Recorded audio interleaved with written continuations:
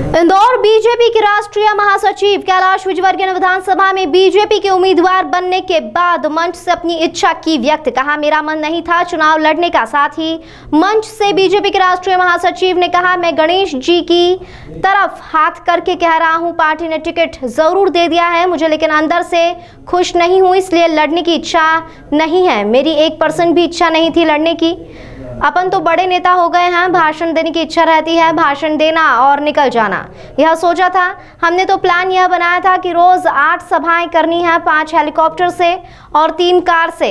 इस तरह से 8 सभाएं करनी है और इस पूरे चुनाव में और प्लान भी बन गया था, लेकिन जो सोचते हैं वह होता कहाँ है। भगवान की जो इच्छा होती है वह होता है, और भगवान की ऐसी इच्छा थी कि मैं चुनाव लड़ूं, एक बार फिर जनता के बीच में जाऊं, और ईश्वर की कृपा थी कि मैं एक बार फिर उम्मीदवार बन गया हूं।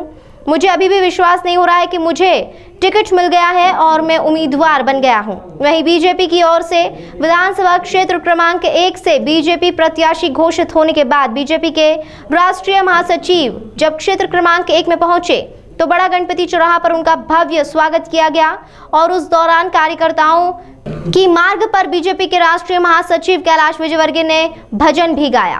काम मेरा है क्योंकि मैं खुद एक छोटा सा कार्यकर्ता रहा हूं, तो कार्यकर्ता क्या चाहता है ये मुझे मालूम है। कार्यकर्ता चाहता है मान और सम्मान, इसकी ये रखने की जवाबदारी मेरी, ये आपको मैं वादा करता हूं। तो मैं आपके चरणों में फिर से एक बार प्रणाम करता हूं। मुझे मालूम है, मैं सच कह रहा हूं, मैं गणेश जी की तरफ हाथ करके कह रहा हूं, पार्टी ने टिकट जरूर दे दिया मुझे, पर अंदर से खुश नहीं, सच कह रहा हूं, इसलिए कि मेरी लड़ने की इच्छा ही नहीं थी, एकदम 1% भी इच्छा नहीं थी। एक माइंडसेट होता है ना लड़ने का, अपने को तो जाना भाषण, अब बड़े नेता हो गए, अब हाथ जोड़ने का जाएंगे, तो भाषण देना और निकल जाना, भाषण देना और निकल जाना, ये सोचा था हमने तो प्लान ये बनाया था कि रोज 8 सभा करनी है, 5 हेलीकॉप्टर से और 3 कार से। इस प्रकार रोज 8 सभा करनी है इस पूरे चुनाव में, और ये सब प्लान भी बन गया था।